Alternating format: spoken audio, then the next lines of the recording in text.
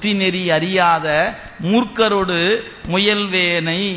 அப்படி இருந்தா என்னை என்ன பண்ணா பெருமான்? பத்தி நெறி அறிவித்து, எனக்கு பத்தி என்னன்னு சொல்லி கொடுத்தான்.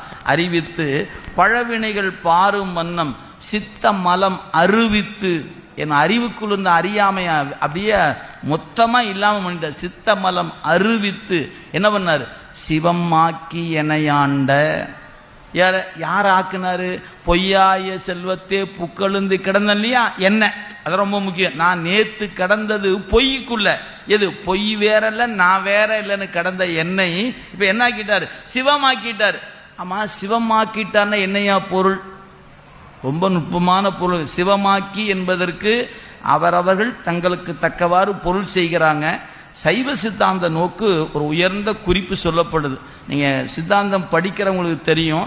சிவத்தை செம்மேனி எம்மான், செம்பு